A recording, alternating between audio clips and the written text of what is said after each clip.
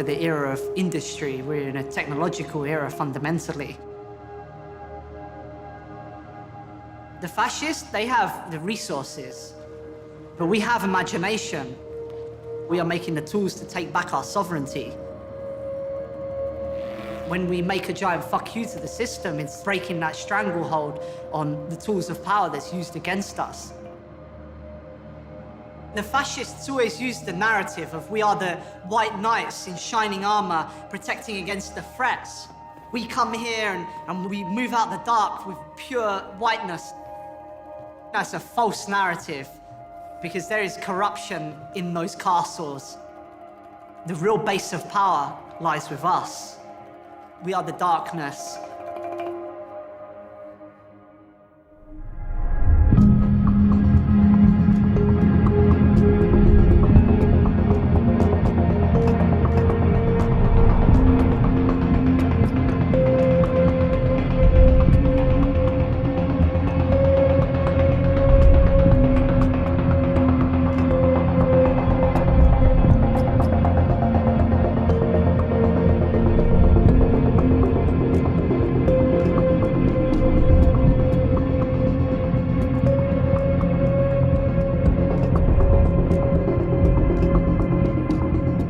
Trial which potentially could have very far-reaching implications has just started in New York City.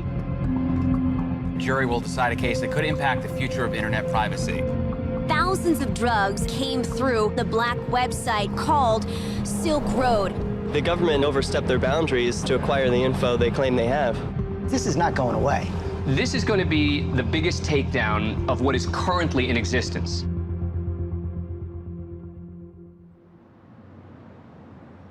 On January 13, 2015, a criminal trial began for the accused leader of the Silk Road, a black market in an area of the internet known as the Deep Web. The Deep Web is vast, thousands of times larger than the visible internet, what's called the surface web. But the Deep Web is not a place. It simply accounts for all of the unindexed content online, banking data, administrative code for governments, corporations, and universities. It's like looking under the hood of the internet. Over time, the Deep Web became inhabited by people of all types who wanted to use this terrain for privacy. This hidden area of the Deep Web is called the Darknet, and it's accessible with a software service called Tor, originally developed by the US military and now open source and publicly funded. And while law enforcement and the media have painted a picture that Tor and the Darknet are nefarious tools for criminals, it's important to understand that they are largely used for good by government agencies, journalists, and dissidents around the world.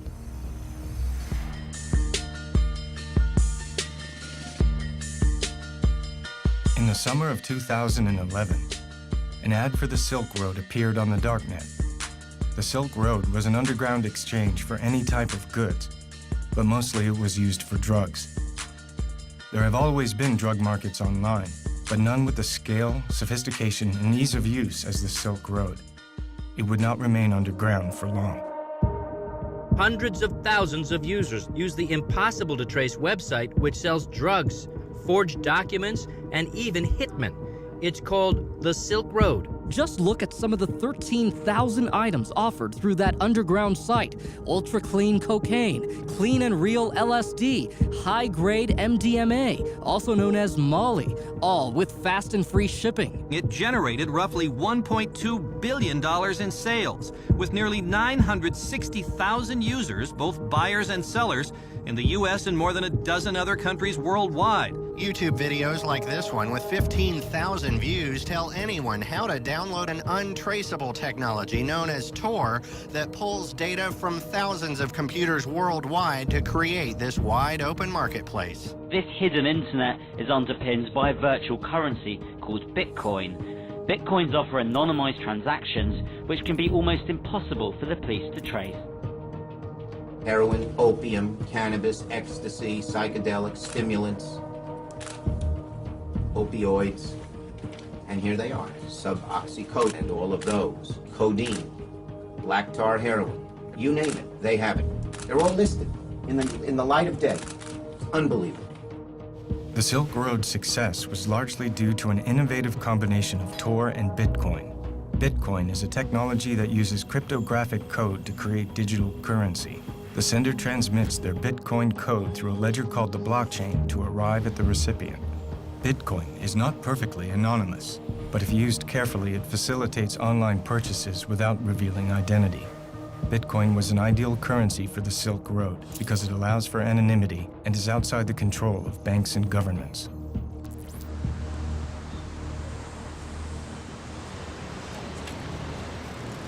I really became aware of the Silk Road when Adrian Chen at Gawker did his profile. I think in a way, that story, as much as it documented the Silk Road, it created the Silk Road too. I mean, it drove so many people to the site. I think it probably was an order of magnitude increase in users on the Silk Road. So from that point on, I felt like I had missed the story and I wanted the next big story on the Silk Road. But I was also just fascinated with the community that was, being created there. eBay doesn't have that kind of user community. This was like a really tight-knit movement of people. It was a fascinating thing just to lurk around in. It's a certifiable, one-stop shop for illegal drugs that represents the most brazen attempt to peddle drugs online that we have ever seen. It's more brazen than anything else by light years.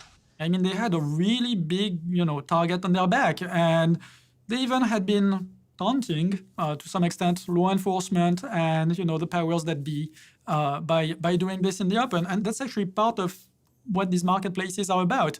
It's not so much about selling drugs as much as it is to make a political statement of sorts, right? This shouldn't be prohibited. We're free to do what we want, and we have the technology to do it, so there. The news around the Silk Road came almost entirely from law enforcement and government officials with little insight from those who were behind the market itself. So the core architects and vendors of the Silk Road were sought out, using encryption keys to verify their identities and preserving their anonymity. This is the first time they have spoken publicly. The Silk Road forums were a better community than I've ever seen in real life. There were many threads that had great political and philosophical discussions. Sure, there were illegal things going on, but this was a real community of like-minded people. The Silk Road didn't appear to have a single leader. There were the regular posts from the system's administrator, but otherwise the service appeared to be primarily community-run. Then on February 5th, 2012, after a highly successful first year of business, the Silk Road administrator made an announcement. I need an identity separate from the site and the enterprise of which I am now only a part. I need a name. Drumroll, please. My new name is Dread Pirate Roberts. You're the Dread Pirate Roberts, admit it. With pride. The Dread Pirate Roberts was cribbed from the mythical character from the novel and film The Princess Bride, and the choice was no accident. In the original story by William Goldman, the Dread Pirate Roberts was a nom de guerre handed down from user to user and passed along eternally. The man I inherited from was not the real Dread Pirate Roberts either. The real Roberts has been retired 15 years, and I have been Roberts ever since. I shall retire and hand the name over to someone else. This Dread Pirate Roberts, or DPR, would come to spearhead the Silk Road forums and was generally assumed to be the creator and owner of the site. The Dread Pirate Roberts to me seemed to be kind of the most interesting figure in that whole world. On the Silk Road forums, he was constantly posting these manifestos and love letters to his users and libertarian philosophical treatises, and he even had like this Dread Pirate Roberts book club where he hosted discussions of Austrian economics and free market philosophy. At the same time, nobody knew who he was. He had never spoken to the press before. I approached him on the Silk Road forum mid-2012 and started kind of just like trying to persuade him to talk, chipping away at him and just bugging him constantly. The actual trigger, I think, that made him decide to talk was this competing dark website called Atlantis. They were really much more aggressive in their marketing than the Silk Road. They put out this YouTube video advertising Atlantis as the new, better dark web drug site. So when I went back to the Dread Pirate Roberts and said, I'm going to do this story, it can either be about Atlantis or it can be about you, I think he realized that, that he was a savvy business guy who realized he had to talk at that point. He did have a kind of political message that he wanted to get out, and I could see that in what he was posting on the forums. So I kind of played up to that, and I told him, like, I can be the vessel for you to talk about what the Silk Road really represents. And I think that appealed to him. So it took 8 months, but finally he did agree to an interview. Of course, he didn't tell me anything about himself, where he lives, you know, his age, identity, anything that could be remotely identifying. I didn't start the Silk Road. My predecessor did. From what I understand, it was an original idea to combine Bitcoin and Tor to create an anonymous market. Everything was in place. He just put the pieces together. The most I'm willing to reveal is that I am not the first administrator of Silk Road. He was incredibly secretive, of course, about the inner workings of the Silk Road and, you know, his own identity, of course. I mean, he was hunted by every law enforcement agency that you can imagine. The management of Silk Road is a collaborative effort. It's not just me making sure Silk Road runs smoothly. More often than not, the best ideas come from the community itself. But he did tell me, like, some interesting things about how he viewed himself and and the way that the Silk Road works. We don't allow the sale of anything that's main purpose is to harm innocent people, or that it was necessary to harm innocent people to bring to market. For example, anything stolen is forbidden. Counterfeit money and coupons which are used to defraud people. Hitmen aren't allowed, and neither is child pornography. No substance on Silk Road falls under those guidelines. This went beyond just, you know, like legalizing marijuana or even heroin. He wanted to see a new relationship between individuals and the government, where the government was, you know, basically hamstrung and couldn't control what people bought and sold. At its core, Silk Road is a way to get around regulation from the state. The state tries to control nearly every aspect of our lives, not just drug use. Anywhere they do that, there's an opportunity to live your life as you see fit, despite their efforts. I guess I shouldn't generally say this kind of thing, but I really liked the Dread Pirate Roberts that I interviewed. I thought he was, you know, a really super interesting guy with a really coherent philosophy. He came across to me as this kind of middle-aged, wise man figure, you know. But not everyone on Silk Road believed in libertarian philosophy. Bringing an end to the drug war was the agenda that truly united the community. The huge reason why DPR put the website up and allowed the market to begin with and took the risk was because there needed to be a violence reduction in purchasing drugs, because it's going to happen. And the reason it's going to happen is because of the war on drugs. The violence isn't just from the people buying and selling the drugs. The violence is from the police departments and the federal agents prosecuting this war, and not to mention the horrendous violence that we commit overseas on people. I mean, we're the biggest bully on the planet when it comes to drugs. The fact that more than 50% of this country has said, you know, to the DEA, you know, we don't want you prosecuting this war anymore. They need to demonize drugs. The war on drugs is, you know, all about fear, uncertainty, and doubt. I could see that the Silk Road wasn't just another cyber criminal scheme. This was a guy who saw himself as the leader of a movement. One thing I've learned playing Dread Pirate Roberts is that your actions are sure to please some and infuriate others. But we can't stay silent forever. We have an important message, and the time is ripe for the world to hear it. What we're doing isn't about scoring drugs or sticking it to the man. It's about standing up for our rights as human beings and refusing to submit when we've done no wrong. Silk Road is a vehicle for that message. All else is secondary. The Silk Road functioned because the Dread Pirate Roberts was trusted. At any point, he could have shut down the Silk Road and run away with everyone's bitcoins. We've seen that happen with a bunch of other dark web businesses, but he didn't. And I think people believed that he wouldn't because they felt that he was a true believer in this kind of radically libertarian, crypto-anarchic philosophy that, you know, goes back to the cypherpunks of the 1990s. 25 years ago in the Bay Area, a burgeoning group of mathematicians, crypto-anarchists, and hackers began to meet in each other's homes. This tight-knit group came to be casually known as the cypherpunks. These original members were not socially motivated, but more concerned with the hard math of cryptographic technology and the broader philosophy of anonymity, individual liberty, and privacy. The government has this clear policy of access to all plain text, meaning whatever you're saying, they want access to. If it's stored on your hard disk, they want access to it.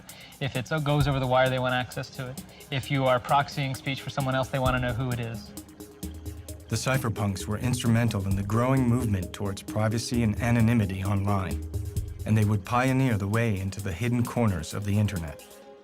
Maybe the big turning point for the cypherpunks, I think, was WikiLeaks and Julian Assange and Jacob Applebaum's idea of what it means to be a cypherpunk.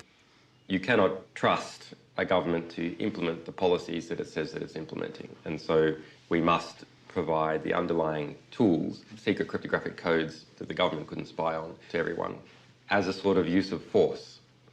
In that a government, no matter how hard it tries, if the ciphers are good, cannot break into your communications directly. Force of authority is derived from violence. One must acknowledge with cryptography, no amount of violence will ever solve a math problem. Exactly. And this is the important key. It doesn't mean you can't be tortured. It doesn't mean that they can't try to bug your house or subvert it in some way, but it means if they find an encrypted message, it doesn't matter if they have the force of the authority behind everything that they do. They cannot solve that math problem. This movement is not about the destruction of law. It is about the construction of law. These are guys who want to create encryption tools that everybody can use. It's not just for the elite. It's trying to shift the way that the internet works, to provide secrecy and anonymity and privacy to everyone, it's a much more populist movement.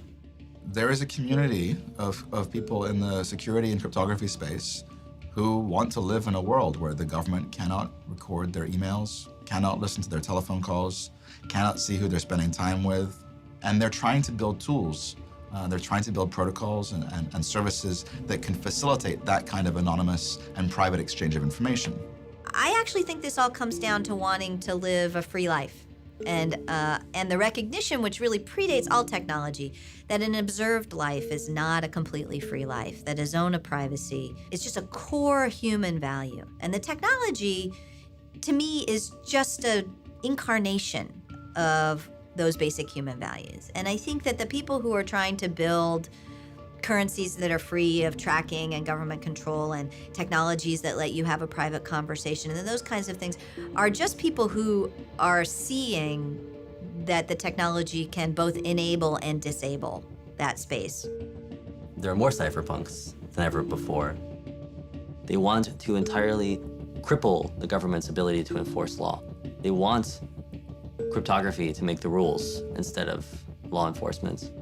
Cody Wilson is a crypto-anarchist best known for developing the Liberator, a 3D printable gun that was downloaded 100,000 times in 2 days.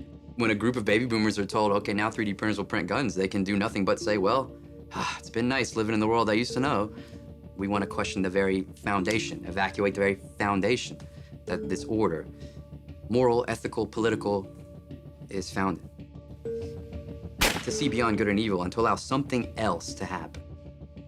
It's just where the figure of DPR is so interesting to me. Like, is he a liberal? Like, is he a Misesian like he says he is? Oh, he believes in libertarian market principles and, man against the state and all these principles of freedom and axioms of, or is he someone else like who I hope he is, or someone like I would try to hope to be, who was just looking for a way, a mechanism to help peek beyond good and evil a little bit? And is he more enthusiastic about what he's allowed to be opened up, the doors he's opening? Of course there will be a dark side to the dark web. And if we want to enable this true crypto-anarchic future, anyone who's working on that, I think, has to reckon with the fact that they are going to be enabling really nasty things along with this kind of information freedom revolution that they're taking part in. By August of 2012, business was booming. The Silk Road had become a thriving, anonymous, and unregulated black market. The internet being used in this way posed a major threat to the government, greater perhaps than selling drugs. Even as a law enforcement officer, I still wouldn't know where to go and buy crack on the streets or buy heroin, but I do know how to go online and find it. It's downloading some software, and next thing you know, you're there, and you can purchase a service or drugs very easily. Since when does a teenager become obsessed with the daily mail delivery? Fidgeting and pacing made this Fisher's mom suspicious. So when her family's mail arrived, she grabbed it and found a cartoon DVD box addressed to her son with something extra, a package of white crystals. So she confronted her 14-year-old, and both their lives changed forever. I don't think anybody really cared in law enforcement until Senator Schumer went, oh my God, we got to do something about this. Today, I'm calling on the DEA and the Department of Justice to immediately shut this site down before more damage is done. Because if you think about what law enforcement at the federal level has to do to even start a case, I don't think this case would have been started if it wasn't for some political impetus by, a senator saying, we need to look into this. The FBI today shut down what it's calling the most sophisticated internet site in the business of selling hard drugs, including heroin, cocaine, and LSD. Anyone trying to log on to the website today found this notice shut down by the FBI. It was a sophisticated electronic smokescreen, and it took federal agents almost 2 years. They were able to infiltrate the site, that they made some of these purchases themselves using undercover identities. The secretive Dread Pirate Roberts was arrested in the most unlikely of places, this local public library in this San Francisco neighborhood. The FBI seized $3.6 million of Bitcoin's biggest haul in its 5-year history.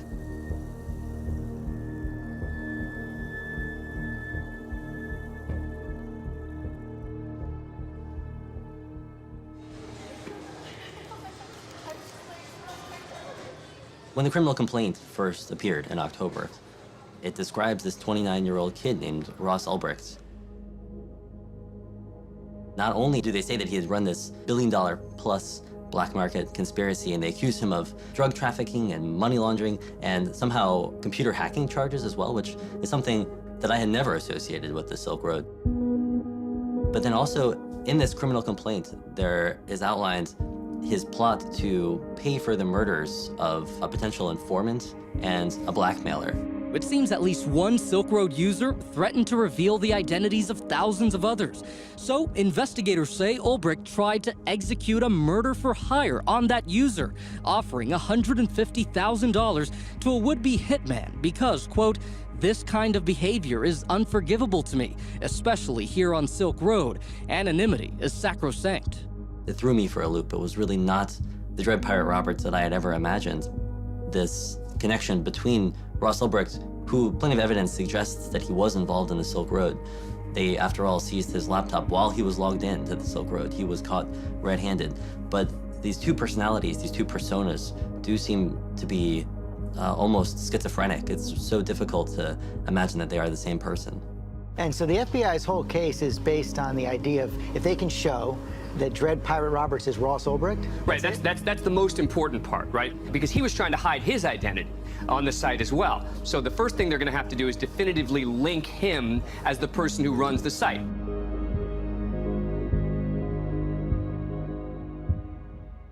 Oh man, it was yesterday, actually. I was on my computer and I was on Facebook, and there's this guy that I know, and he's very into like Bitcoin and cryptocurrencies and stuff like that. And he posts this article, and it says, Ross Ulbricht arrested. And I pull up Lynn's G-chat, and I'm like, what is going on? Like, why am I looking at Ross's picture, about being arrested? What is this? She says, we don't even know. We're leaving Costa Rica right now. I mean, they were on their way, but blew my mind. I mean, totally blew my mind.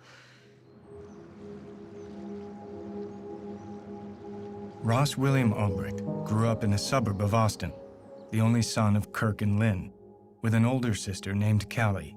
It's a loving, tight-knit, middle-class family. The Ulbrichts earn their income from properties they built and rent on the Costa Rican coast. Ross was an avid outdoorsman, an Eagle Scout like his father, and displayed an early aptitude for math. Ross earned a full scholarship to the University of Texas at Dallas, studying physics. He graduated in 2006 and then won another full scholarship to Penn State to pursue a master's in material science and engineering. It was at Penn State that Ross began a deep interest in libertarianism, particularly the work of Ludwig von Mises and the Austrian School of Economics. Yet by 2009, having completed his master's, Ross seemed to be having a change of life plan, telling his mother he no longer had an interest in pursuing a career in science and instead wanted to become an entrepreneur. Ross moved back to Austin and opened his own used book company, Good Wagon, donating a portion of the proceeds to an inner-city youth program and to a prison literacy project. I remember him saying when we had coffee, the last time we saw each other, I remember him saying that he wished he had joined a fraternity in college. And I remember saying, well, that's surprising. You know, I didn't really understand that perspective. And I just remember him thinking, well, he focused a lot on his studies in school and maybe didn't create the social network that he was looking for in school. But as far as where we saw each other going or where we saw ourselves going, I think we both had a strong desire to be in control of our destiny. You know, again, like when he started the book company, totally natural, not even something that I would have questioned, where there are a lot of people that would never start their own business. But for Ross, sure, you know, why not? But the business floundered, and Ross eventually shut it down. And if a post on his LinkedIn page was any indication, Ross had experienced a kind of epiphany on the next way forward. Albrecht wrote, "Now my goals have shifted. I want to use economic theory as a means to abolish the use of coercion and aggression amongst mankind. To that end, I am creating an economic simulation to give people a first-hand experience of what it would be like to live in a world without the systemic use of force." From this moment in late 2010, Ross became something of a free spirit, eventually leaving his parents' home in Austin to live with his sister Callie in Sydney, Australia, and then returning briefly to Austin. Throughout this period, as far as his family knew, Ross's means of employment was working on freelance projects in computer finance. I am Renee Pinnell, age 29. Today is December 6th, 2012, and we are in the Jewish Contemporary Art Museum, and relationship to partner is best friend. So Ross, how did you come to live in San Francisco? You twisted my arm until I said, fine, I'll come. I get a phone call from Renee. "Ross, call me up. I got an opportunity for you." I'm like, okay. And he's like, "Yeah, I'm doing this startup here in San Francisco. I want you to be a part of it." The more I thought about it, and the more he laid out the pros and cons, the more it all just seemed like cosmic and the right thing to do. So, yeah, I bought my ticket, and 2 weeks later, I showed up at his doorstep. As Ross Albrecht was making his way from Australia to Austin, and eventually to San Francisco, the Silk Road was online and growing steadily. So naturally, it sparked the attention of federal law enforcement, and specifically the wing of the DHS, called Homeland Security Investigations, housed in the old Customs House in Baltimore, Maryland. You have postal inspectors in Seattle and Customs and Border Protection intercepting mail shipments coming from overseas, full of drugs, full of currency. And one thing that happens is they all lead back to the Silk Road. And you have a number of independent investigations sort of cropping up around the same time frame, following different leads, but all leading back to the same place. At the same time, the New York Cybercrime Division of the FBI began their own investigation, headed by Agent Chris Tarbell. And there were people essentially online 24/7 as part of the team that was monitoring and gathering even just a little bits of evidence. Informants were activated. The site was crawling with law enforcement posing as vendors and buyers from the very beginning of Silk Road's existence. In early 2012, HSI partnered with Tarbell's FBI investigators as well as the DEA to mount an undercover operation called Marco Polo with the intention of penetrating the inner sanctum of the Silk Road. I had a package seized from China in January 2012 and thought nothing of it. I kept business as usual, which was a stupid move. Fast forward to June 28, 2012, I was raided by ATF, DEA, Secret Service, local police department, and even a postal inspector. I was not detained. Rather, I was held in a van outside for what they call investigative detention. They kept me out of jail. I was never booked or charged because my seized computers were more useful to them if I was not behind bars. I'm also assuming they did this with a number of Silk Road vendors to get a sort of organized crime ring of their own. The operation gained traction when an undercover agent using the vendor name of Knob was allegedly able to establish direct communication with the Dread Pirate Roberts, which would lead to a shocking turn of events. Knob complained to DPR about the small fry nature of most deals on the Silk Road. It really isn't worth it to do below 10 kilos, the agent wrote. DPR offered to help find a buyer for Knob and allegedly turned to one of his most trusted partners, known only as Chronic Pain, to put the deal together. Chronic Pain had been one of the core administrators of the Silk Road from the beginning, a frequent contributor to the forums who shared the Silk Road vision for reducing harm in the drug trade. But these halcyon days were about to end. In order to facilitate this drug deal, Chronic Pain gave the informant his home address. Federal agents immediately apprehended Chronic Pain at his Salt Lake City home and were surprised to discover that this 47-year-old family man named Curtis Clark Green was a darknet criminal. At some point, they're going to catch one of those people. And what do you do in a typical drug case? You roll that person over as a cooperating witness. And in this case, one of them, they got really lucky. And he was an administrator on the system. Green had access to other Silk Road's users' accounts and financial records, including Dread Pirate Roberts. I have to assume he will sing, DPR wrote to Knob, the undercover agent. I'd like him beat up. Then the next day he allegedly wrote, "Can you change the order to execute rather than torture?" A murder was staged, and a photograph of Green's bloody body was sent to DPR, who paid for the hit in Bitcoin.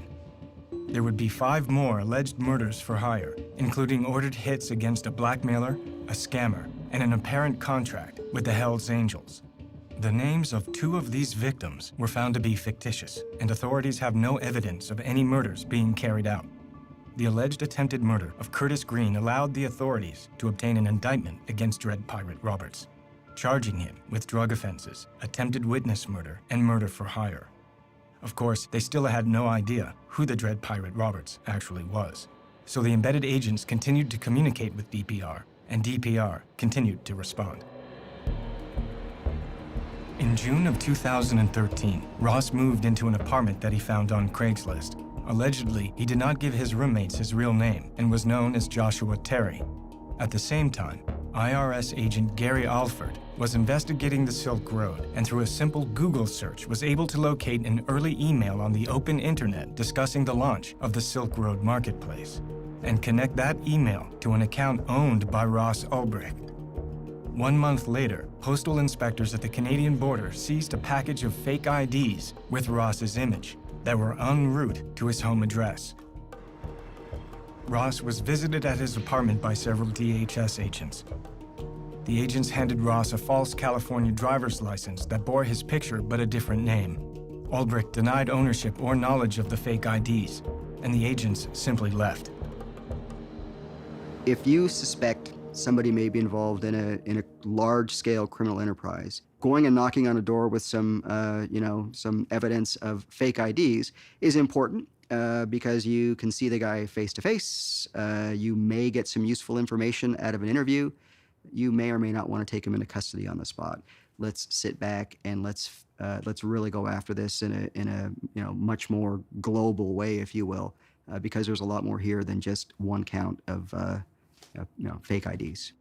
The next big break in the case would be achieved by FBI agent Tarbell and his cybercrime team, who had somehow located the Silk Road servers in Germany and Iceland. How these hidden servers were found has been a matter of controversy, but the FBI had their own copy of the Silk Road server, and now they hope to finally unmask the Dread Pirate Roberts. And I decided that there was a flaw in this setup somewhere. I couldn't quite put my finger on it, but there was a flaw, and I called up my partner, said, there's a flaw, we've got a limited amount of time, we need to make our money and get out now. Over the course of a year, a Chicago-based agent from the DHS named Jared Deryagian had been embedded in the Silk Road, now posing as a high-ranking moderator named Cirrus. With both the evidence connecting Ross to the launch of the Silk Road and the incident with the fake IDs, Ross became one of the primary suspects. On October 1st, in a coordinated effort between Deryagian from the DHS and Tarbell's FBI squad, a sting operation was launched. According to Deryagian's testimony, he staked out Ross's new residence, and using his pseudonym of Cirrus, Deryagian initiated a conversation on the Silk Road with DPR. Moments later, Ross went to the Glen Park Library, apparently to use their Wi-Fi, and when Deryagian saw that DPR was logged back into the Silk Road, he gave the order for Tarbell and his squad to move in. It's an excitement that you couldn't even buy off Silk Road. All the drugs you could buy on the site, it's not the same exciting as catching the guy. It's an adrenaline rush. Ross was apprehended before he could encrypt his laptop. He was allegedly logged into a Silk Road administration panel for customers needing DPR's attention. He was a dream for drug users because he was very technically adept and he was able to hide both the website that he put together and the actual sales of illegal drugs that the drug sellers would make on his website. The Silk Road was seized and shut down, and charges were announced against a number of core partners and vendors from the site. Ross was held for over a month in a jail in Oakland, awaiting extradition to New York. Ross's family was able to raise over $1 million for his bail, but the prosecution argued that due to the alleged murders for hire, Ross was too dangerous to release, and so his bail was denied. I thought it was the wrong decision. He wouldn't have been a flight risk, and he's never been and is not a danger to anyone. For him to say, well, I'm gonna, put a hit out on someone, it's ludicrous. I could understand it being one of these other DPR workers getting all egotistical and crazy and maniacal and doing it. That I could see. There was more than one person using the DPR account? I believe it was at least 2 other people, if not 3, at one point. Doesn't matter. That's why they're dredging up this, hit, contract, baloney. But, because of the involvement of the senator and all that other shit, they're gonna cook them. The data seized from the Silk Road servers included all internal private messages, which revealed that many people collectively ran the site. One vendor with the username Variety Jones was active from the beginning of the Silk Road. Jones gave many of the orders for running the Silk Road, even instructing the systems administrator to create the Dread Pirate Roberts persona. But Ross Ulbricht remained the primary focus of the investigation. Ross has been incarcerated for over a year in the Metropolitan Detention Center in Brooklyn, awaiting trial. 6 weeks of that time was in solitary confinement. Ross pled not guilty and denied being the Dread Pirate Roberts. His trial was set for November 10th, 2014 in New York City. If convicted, Ross faces a minimum sentence of 30 years with a maximum sentence of life in prison. You taking a video? Mm-hmm. Should we? He's a hairy fucker. Yeah. These big guys are generally not too, I would let him off somewhere. Where is he? It's hard. It's hard on a family. It really is. Especially when you love that person so much and you believe in them so much and you have such a daunting Goliath of an opponent. It's challenging. It's kind of like a death in a way when you go like, no, that can't be true. And then you're like, oh yeah, it's true. And you go through that kind of shock. His dad, my husband, of course, he's trying to keep our business going so we have livelihood. And his sister is in Australia, and she's been helping too from there. I'm Ross's sister, and I can tell you he has been a man of his word and honor all his life. I was shocked to hear the news of his arrest, but felt even more dismayed at what the media was writing about him, not even knowing him. I read things by people who don't have a clue who Ross really is. He's been tried and convicted in the media. Nothing has been proven at all. I don't know what's happened to the presumption of innocence in this country, but it is a constitutional right here that we are innocent until proven guilty. Ross sent me this picture of himself about a week ago. It was taken a couple weeks ago in prison. I guess sometimes they go around and take pictures for the families. He is doing well as can be expected, of course, under the circumstances. And finally, after 5 months of delays, he has had access to the discovery, the evidence that the prosecution has. And so he's been working very hard going through that. We are asking the prosecution, how did you find the server? And they're not saying. We have to know how they found the server in order to see if Ross's Fourth Amendment rights have been violated. And how would anyone know if the evidence had been tampered with or anything else if it's not revealed how they found the server? There were 14 searches and seizures in this case, which is a fishing expedition into a person's total property, unlimited rummaging through all of their things to see what they can find. When the criminal complaints first appeared in October, I think the supporters of the Dread Pirate Roberts and the Silk Road just scattered because suddenly this thing that had seemed like an idealistic community built around nonviolence and, libertarian free commerce suddenly seemed instead like this bloody criminal conspiracy. And a guy who probably otherwise would have been a kind of political cause celeb who would have had all of these supporters calling for his freedom, instead was treated as an immediate pariah. He was seen as a criminal. So there's a lot of circumstantial evidence, if you want to call it that. There's a lot of technical bits and pieces involved. It got really crazy in the middle of that. It's sort of one thing is taking down this online drug market, another thing is pinning a number of murders for hires on top of it. It just seems really, really far-fetched. The 29-year-old seemingly clean-cut entrepreneur was living a secret life as a digital drug lord. They're claiming that he's living in a manner of a head of a cartel. The distinctions between Ross Ulbricht and the head of a cartel, you don't have to see too many movies to recognize what the differences are here. Then when the indictment finally came out, there were suddenly no charges around these murder-for-hire accusations, only the drug trafficking and money laundering and computer hacking. They had 6 charges. They used them against him to deprive him of bail. And yet 2.5 months later, the prosecutor didn't indict him. What they did instead was they called it an uncharged crime. Well, if something's a crime, don't you charge someone for it? And if it's not a crime, why is it there? Because it's prejudicial to a jury to have that sitting there, unproven, just smearing him. The portrayal they want is of someone who they can present to a jury as not having redeeming value. It's a way of poisoning the atmosphere so that the jury doesn't focus on the allegations, but focuses on this atmospheric that the government has created that in some sense is a diversion, appealing to the emotional aspect of it, so that if the proof is weak, the benefit of the doubt doesn't go to the defendant where it belongs under the presumption of innocence, but it goes to the government because, hey, there are these awful things lurking out there which aren't part of what we're supposed to find. The government doesn't have to prove them beyond a reasonable doubt, but they've injected them in the case in a way that is toxic to a impartial evaluation of what the evidence is on the charged crimes. So people come in with a preconceived notion, and that's halfway there to guilt. Previously, the murder for hire was in there as a charge, and then it was dropped. But it's not gone away. It's included as what they call an overt act in the conspiracy and to sell drugs. And so they actually made it one of the things to support the larger drug conspiracy, to either get at trial or get him to plead.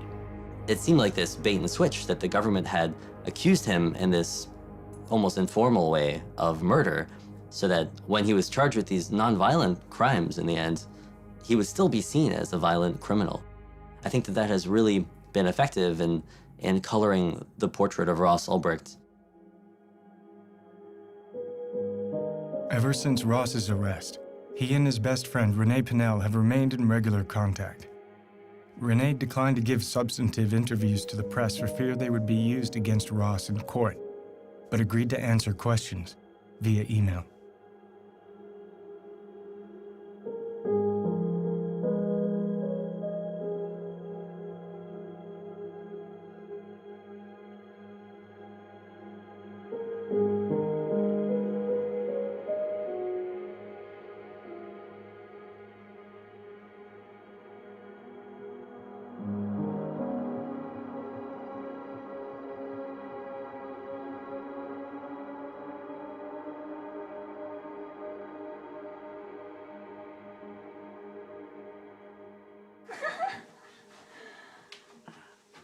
I'm a little teapot, here is my handle, here is my spout. When I get lost, hear me shout, tip me over and pour me Yay! Because of the severity of the charges, Ross was not able to grant an interview from prison, which left only a scattering of his personal photographs and movies. But from the exhaustive discussions with friends and family, and the public knowledge of Ross's trajectory, from physics and engineering major to running a small homespun bookselling company, it was difficult to understand how he could possibly have been the sole mastermind of the Silk Road, a vast and complex internet service with over 1 million users worldwide. Ross was certainly bright and studious with a deep interest in libertarian economic theory, which clearly echoed the mandate and philosophy of many of the posts of the Dread Pirate Roberts. But he had no experience whatsoever in computer coding or scaling large internet companies. So how did Ross connect to what little is truly known about the Dread Pirate Roberts? DPR was motivated by a pacifistic philosophy and an agenda of creating victimless exchange and reduced harm in the drug trade.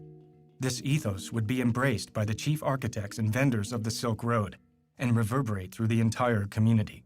There were quite a few people that I didn't sell to, just because I could tell that they were obviously, not mature enough to handle using these drugs and didn't know enough. It was like, go read first, go figure it out, then come back to me and I'll sell you some. But I'm not gonna pop your cherry and kill you, potentially. But heroin in particular, I was very careful about who I sold it to because it was not stepped on. It was the best heroin on Silk Road. The Silk Road appeared to be a successful experiment in creating a pacifistic community, overseen by a figurehead with a deep-rooted ideology. But these core ideals of the Dread Pirate Roberts were completely at odds with the murder-for-hire allegations. Did DPR become corrupted and turn his back on the mandate of nonviolence and harm reduction? Were there other people using the DPR account who were responsible for these actions? Or was there some other truth behind these alleged murder hits that produced no victims?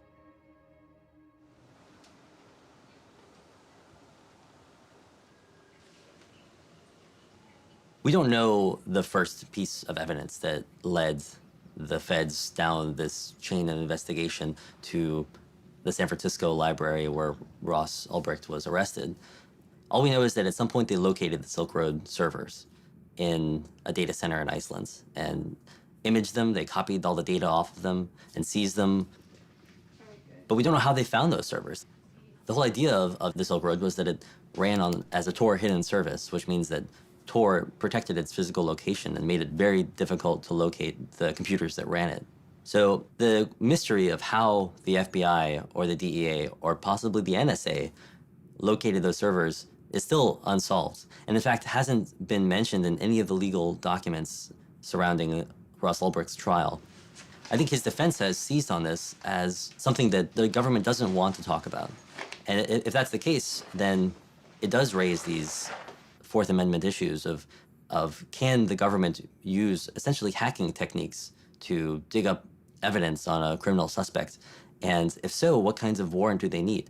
If, in fact, there was some kind of violation of the Fourth Amendment in that initial part of the investigation that really was the first clue that led them down this entire chain to the arrest of Ross Ulbricht, it could be a giant problem for the prosecution that then taints every other piece of evidence that they found subsequently. The government has prosecuted other people for doing essentially what the government did here, which is trying to get underneath the public face of a website. And they have alleged that getting at information that's not supposed to be publicly accessible by sophisticated computer inquiries or activities, that is a violation of federal law. So here, and that's why they always say, we didn't do anything wrong, we didn't do anything in violation, but they really know what's at stake here because they've actually prosecuted people for the same thing. And the government's affidavit, the affidavit from Agent Tarbell about how they got to the Silk Road servers has been met with incredulousness by the internet community. The Tarbell Declaration, to put it politely, seems vaguely disconnected from the truth. Depending on which security expert you ask, you will get it's vaguely disconnected to the truth to something filled with it is a massive pile of bovine excrement. What Tarbell's story was is he was typing away his computer, visiting the Silk Road website, and the CAPTCHA was transmitted in the clear, and he somehow saw the IP packets go directly to the server. And so he then connects to that server and gets the CAPTCHA. Game over, they found the back-end server. Unfortunately, this was playing fast and loose with the truth, because the logs provided to the defense show that what Tarbell found was not the CAPTCHA image, but instead a PHP MyAdmin page. The server was running some stuff over the clear, but not the CAPTCHA. So Tarbell's story doesn't mesh with the FBI's own evidence. they hacked his servers, and with that access could essentially do whatever they wanted, given just the institutional pressure to take this thing down. It's naive to think that they didn't. Of course it's on the table that this is how they discovered him. I mean, he was dealing with Tor. He was dealing with all these technologies which we know are the subject of NSA investigations, as revealed by Edward Snowden. It's at least reasonable to assume that there's been this kind of parallel construction or interference, or like not playing by the rules that the state deals out for you to play with. But then again, we all know that it deals the cards. It runs the game anyway. It's naive to think that this wasn't an available option. The issue is whether the agent could have done what he said he did. The theory that's been brought forward in the testimony by the individual agents that did it, they were able to manipulate part of the server to cough up an address that shouldn't have been given up. And that address came back to Iceland, and that server there was hosting the Silk Road hidden service. I think we're not going to know till we go to trial, and we may never know for sure.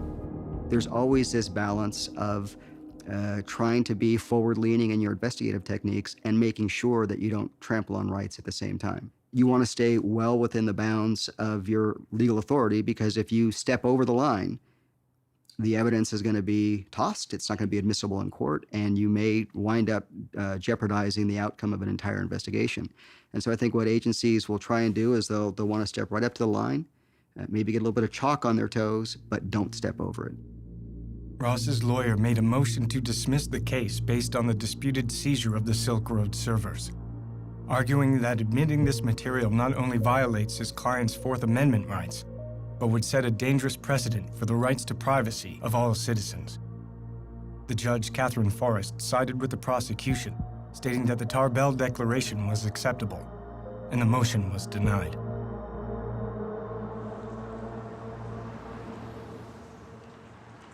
Search and seizure law in the digital age is really doesn't have the limitations on it that it does in the physical space. And we see it not only in the search and seizure laws, like what is the standard upon which they can come and grab your computer? What kind of searches can they do on your computer once they have it? Do they just get everything? We see this at the border, or we see this at search incident to arrest. People now carry around smartphones that have their whole lives in them. And if they get stopped, law enforcement is certainly right now in a lot of places taking the position that absolutely anything that's connected, that's on that device, including logging into your accounts that you can log into from that device, is fair game.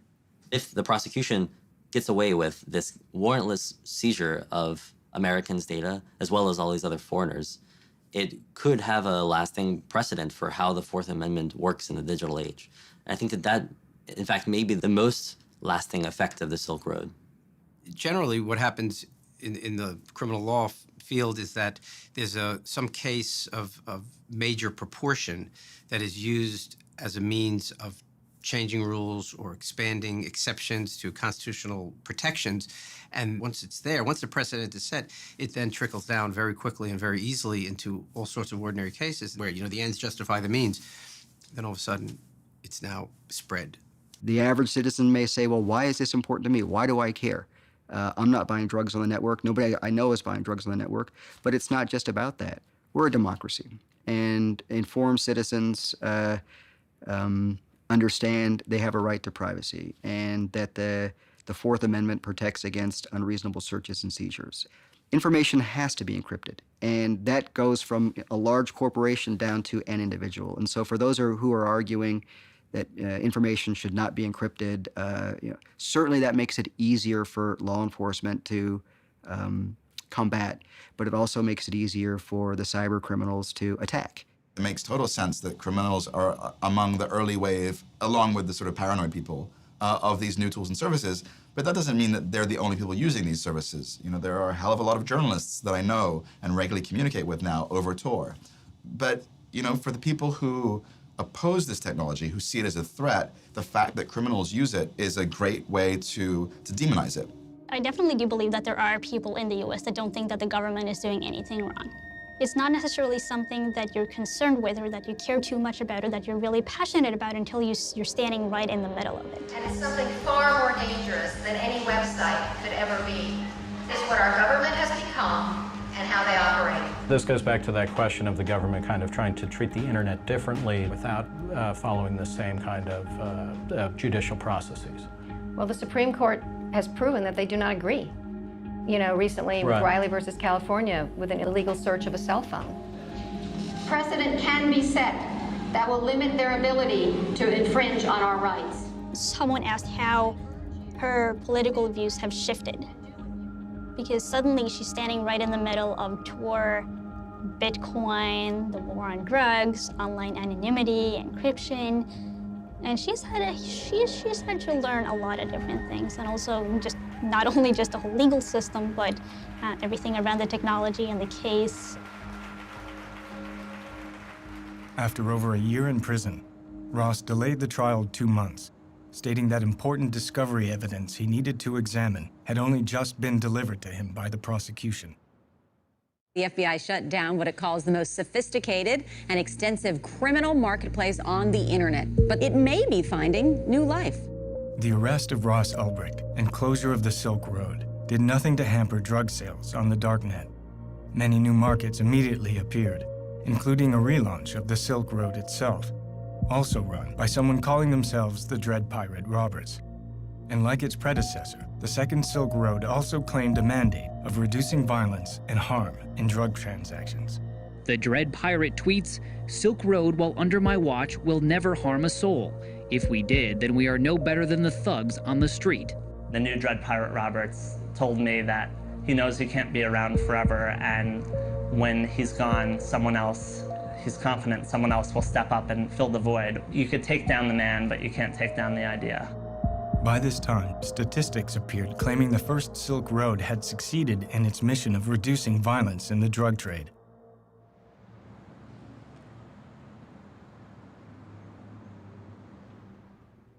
While I was with the Baltimore Police Department in the early 2000s, I had 2 city officers in uniform killed by drug dealers on the street.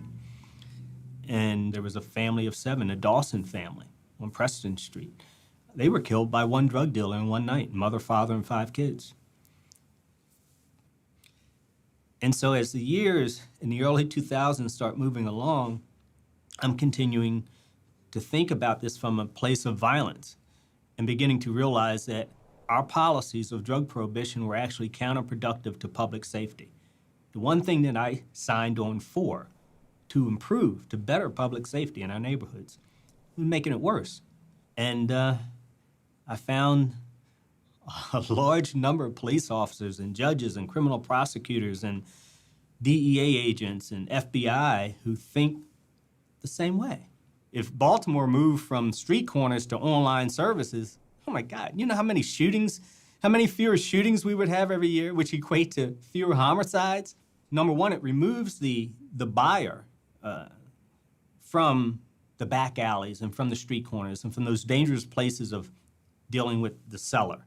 Buying it over the internet where it's delivered to you removes you from that scenario.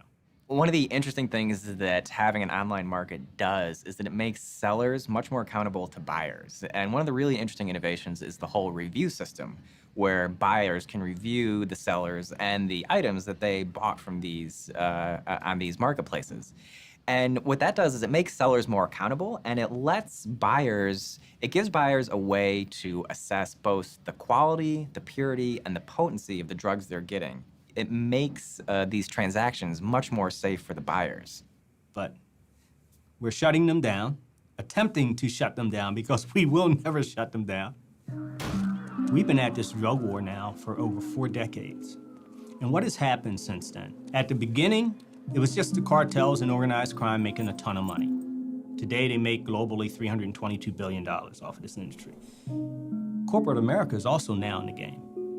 Private prisons, okay, Corrections Corporation of America. About a year ago, they gave out $675 million in dividends to their shareholders. Drug testing companies, it's now become a multi-billion-dollar industry. And who gets tested? Those who are in prison or under the control of our criminal justice programs on parole and probation. So corporate America's making a lot of money. What about law enforcement? Law enforcement's making a ton of money. The government's 1033 program, where we get armored vehicles and machine guns and whatever we want of the surplus military equipment, that's because of the drug war. over the years, we've seen these huge bureaucracies build up around the drug war, around prosecuting the drug war. You've got the Drug Enforcement Agency, you've got the Office of National Drug Control Policy. So a lot of the opposition is just rooted in self-interest among places like the FBI and the DEA, where if you're telling somebody who's been in the FBI for 30 years that drugs are no longer a priority, that's an existential threat to them. That kind of takes away their whole reason for existence. You really have to think about the danger of some of these drugs, the severe danger of addiction, the havoc that it reaps on families and children and careers. And so to say that we need to step back and liberalize, well, that's one approach you can take, but then you've got to look at a cause and effect. If we do this, what are the second and third order effects? The FBI, our federal government, they're going to go in and they're shutting these places down. You know what? New ones just open up. Because there's so much money to be made, they'll continue to open up. And it's just a dog chasing its tail.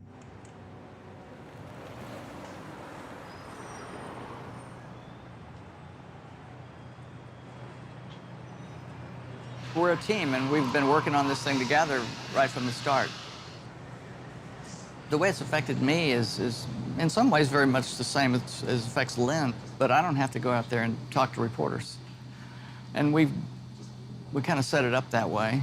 It's hard enough having your loved one in prison, but then the whole media thing it definitely adds a pressure.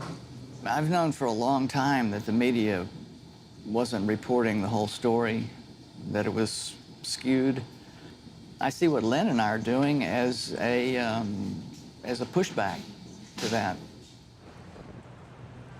Ross has been in there a year, and he's avoided all violence, even though it's been around him. That has matured him, for sure. The fact that he's come out of this unscathed so far speaks volumes. He seems serious. There's a lot at stake. He's feeling good that we got the extension. He had this mountain of stuff to go through, and I felt like it was running out the clock. And now they had that extra 2 months has been essential, is the word he used. And so I think he feels that he's much more prepared and ready. Yeah, he says he's ready for trial. He's ready to go in there and win. I have also matured in this last year, matured in my thinking about ethics, politics. When I became more and more aware of what the drug war was doing, the tragedy, so many people have been victimized by the drug war. It's a giant mess, and it's a story that needs telling. And we've got a pulpit, in a way, to tell it from. It's so weird to be doing all this, and it's distracting, and it's challenging, and you want to do the right thing, and then it's all about Ross, and then we go and we see him and hug him and talk to him and hold his hand, and it's just like, Ross. It's such a disconnect, and it's just so hard to see him in there.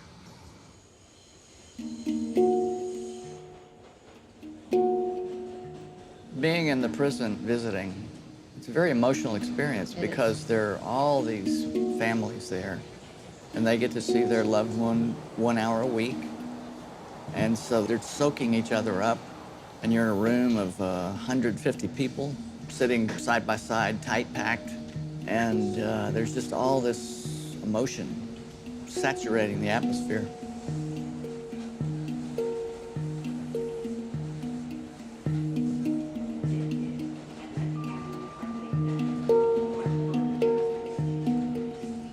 The prisoners have segregated themselves. But as loved ones coming to visit, there's no sense of segregation, race at all. We're just 150 people whose hearts are breaking.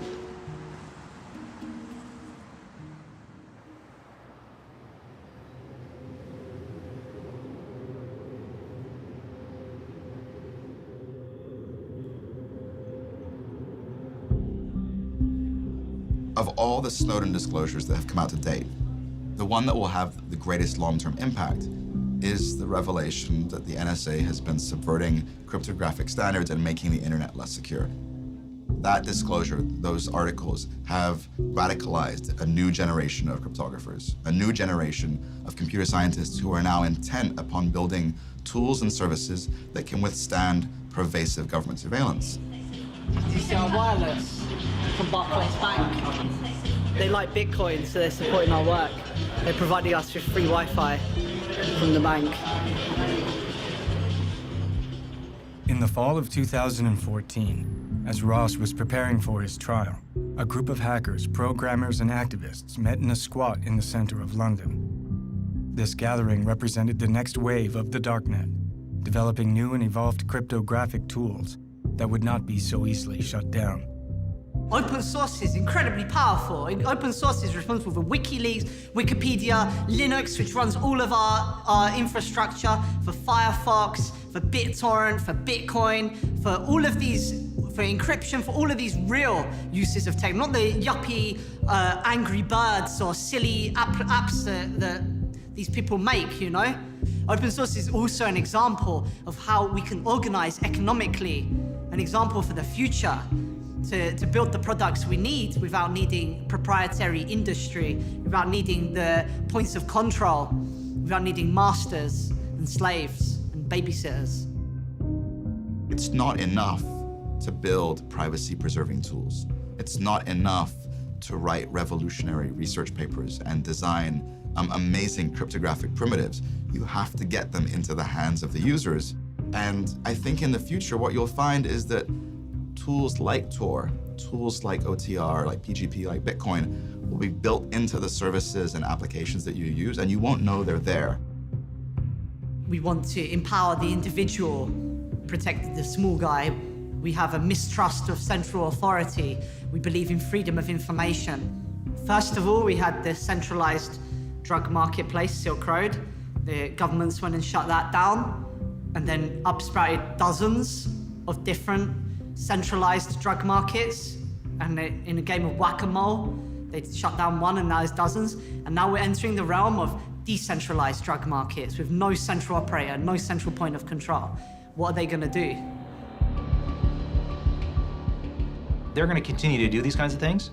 And even if it's a distributed network, peer-to-peer is worked continuously by the state and local law enforcement agencies, and they arrest people every week. On November 6, 2014, law enforcement agencies around the world launched a coordinated effort called Operation Onimus, seizing hundreds of darknet sites, including the relaunch of the Silk Road. Bruce Schneier, the cryptographer, once said to me, in this cat and mouse game, the mice will win in the end, but the cats will be well fed. I think that that's the way to see it, that this game is going to continue forever. They're always reacting to us. And which is fine, but once they've reacted and they've shored up and they've figured out, these are the new defenses, you're not getting past this one, we just gotta sit there and pick at it and get around it again. We're always gonna win. We're always gonna win. There's a reason the Silk Road was so powerful, and I know the cryptos now are writing the kind of automatic Silk Road. Amir helped do this. This is now the peer-to-peer model where there's no one individual administrator, and seeing that as the weak point. Technically speaking, this is all correct, but there's something kind of, I don't want to make him a hero,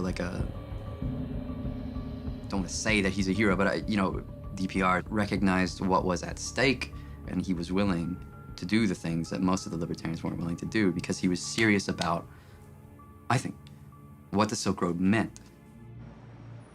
3 weeks before the trial, the issue of the murders for hire suddenly resurfaced. The prosecution announced that due to these allegations, they would not allow Ross's defense to know the identities of their witnesses. The defense responded that using these uncharged crimes in this manner was prejudicial. A hearing was called to resolve the matter. The judge ruled that some of the witnesses won't be made available to the defense until right before the trial. It's based on her saying that Ross might intimidate or even murder people from jail.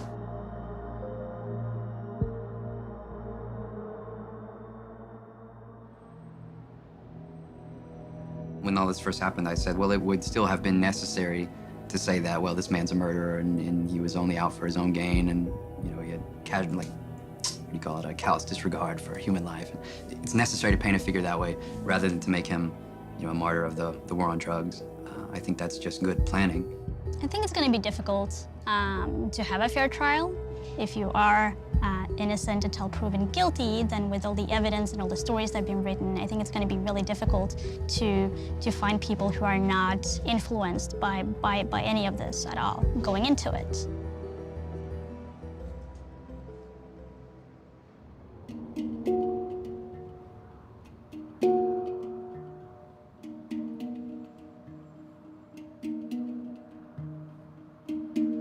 The day before the trial, Ross provided a written statement. It was the closest anyone would get to an actual interview.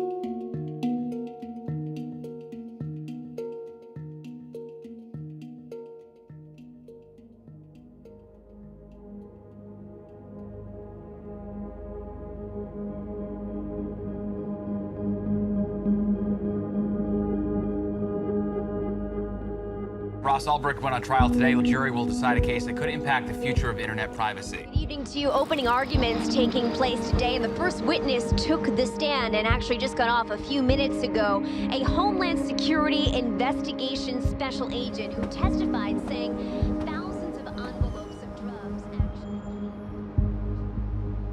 I think everyone was surprised that Ross Ulbricht and his lawyers took this to trial in the first place instead of just taking a plea deal like pretty much everyone expected.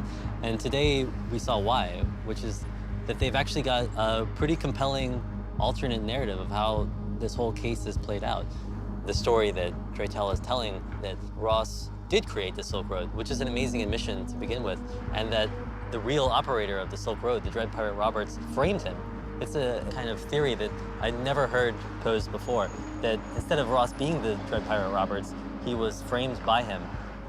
But in many ways, it's something I should have expected because it's what the Dread Pirate Roberts told me when I interviewed him in July of 2013, that he didn't create the Silk Road, that he had inherited it from its creator, kind of like a business acquisition.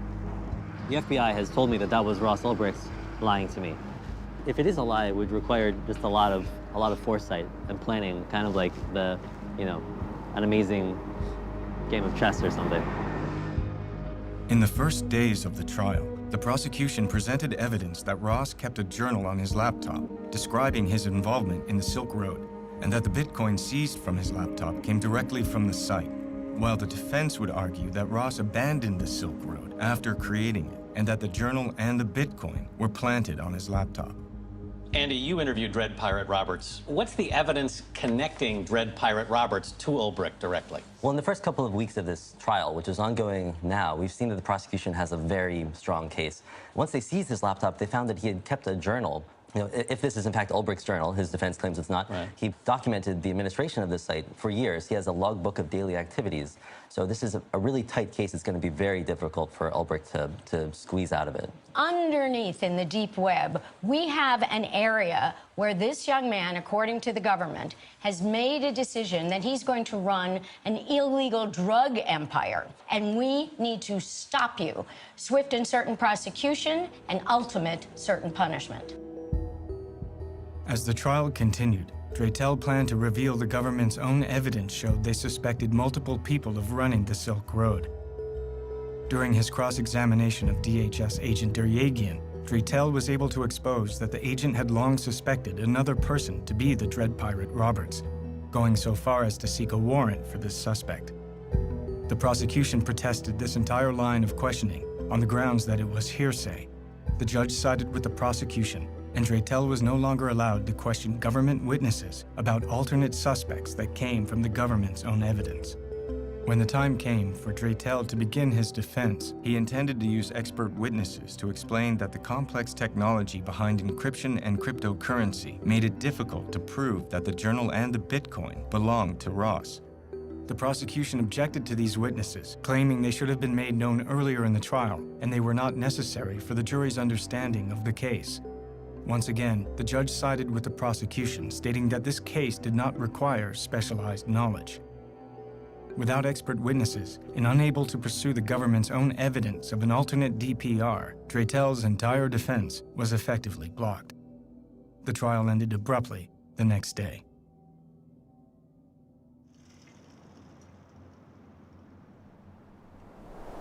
The trial of Ross Ulbricht raised more questions than it answered. Did we really know the full truth of the Silk Road case? Would this case set a precedent for the warrantless search of Americans' digital property? Whatever the ultimate outcome, it was clear that the fall of the Silk Road was not the end of a chapter, but the beginning. And the movement to create tools and services for online privacy is stronger than ever. The trial of Silk Road mastermind Ross Ulbricht concluded when the jury found him guilty on 7 different counts. It included 3 drug charges, as well as computer hacking, money laundering, and even a kingpin charge of continuing a criminal enterprise. Now, Ulbricht faces a minimum of 30 years behind bars, but his defense plans to appeal this decision. Anyone here, all of us, are going to be judged by things for which there is no attribution in real life. There's only attribution on the internet where things can be created, modified, edited, moved, hacked. Was it a fair trial? No, I don't think so. As the actual verdict was read, the word guilty was said 7 times. Ross was just staring straight ahead. I don't know what was on his face. But afterwards, he turned back to look at his family, and he had this really heartbreaking kind of stoic smile. And he wasn't crying, but he was just blinking hard. And then as he was led away, his mom said, "This is not the end." You know, that was it. The evidence against Ulbricht was so powerful, and Draytel's strategy had been to try to cross-examine every government witness and to pull out his alternative story through that cross-examination. And when the judge essentially shut that down and said, you have to limit your cross-examination to the scope of the government's initial questioning, that really prevented him from telling any other story. We have a much more informed perspective than the rest of the world. We have meetings that we've had with Josh through the last year and 3 months, regular meetings. We know about how he felt like he might win the case in cross-examination. We know that the government, that his witnesses were blocked from testifying. We were in the courtroom and we saw what happened and the travesty, the appalling obstruction of justice that happened. There was 5,000 pages of government evidence to do with one witness alone, Jared Yegan. None of that was allowed. 5,000 pages, and it was dumped on the defense 10 days before trial. Another 2,500 pages for other witnesses was dumped on the defense a week before trial. And it was full of exculpatory evidence favorable to Ross that was not permitted to be used. All this great, huge field of evidence that came out in the 3,500 material a week before trial that was that would help prove Ross's innocence was excluded from being brought out in the courtroom. It would have been a whole different case. This was the trial that didn't happen. The trial just didn't happen because it was only the prosecution's narrative that we heard. So then what about the hacking of the Silk Road servers? What about the precedent issues of the case? We didn't get that far. You know, we didn't get to even have that kind of public hearing where the FBI has to say how they did it, and then we get to decide whether that was legal or illegal. That's maybe the most frustrating thing about this case from a legal point of view, is that American law enforcement hacked a foreign server, I believe, and they didn't have a warrant, and they completely got away with it, and nobody even gets to ask any questions about it. How's Ross through all of this? He's an amazing guy. You know, he's handling this so much better than I would have. I don't know how I could have taken what he's put up with and been subjected to in this last year and 3 months. And we pray that his spirit won't be crushed by this. It seems that Ross conceived of the Silk Road, that he ran it for its entire existence online. I actually accept that the government has proven that. But Ross Ulbricht is a fascinating character. He invented this brilliant thing. He had principles. He wasn't just a cybercriminal. He wasn't just a drug lord or a kingpin, as he's described in these charges. He was also an idealistic guy. And I'm going to be conflicted about both the kind of virtue of the Silk Road and of Ross Ulbricht as a person, I think, for the rest of my life. I'm not going to be able to come to a conclusion about this.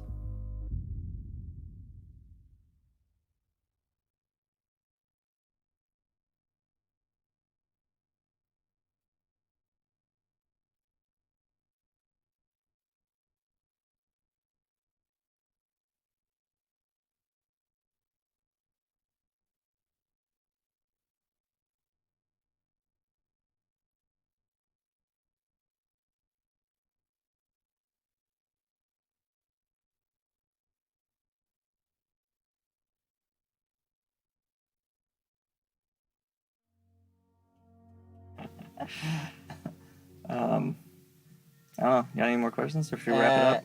Yeah, future outlook. What are you going to do over the next 5 years? Like one sentence. I'm gonna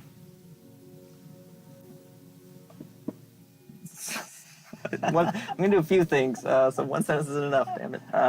But I want to. Pretty sure I want to start a family in the next 5 years. Nice. Okay.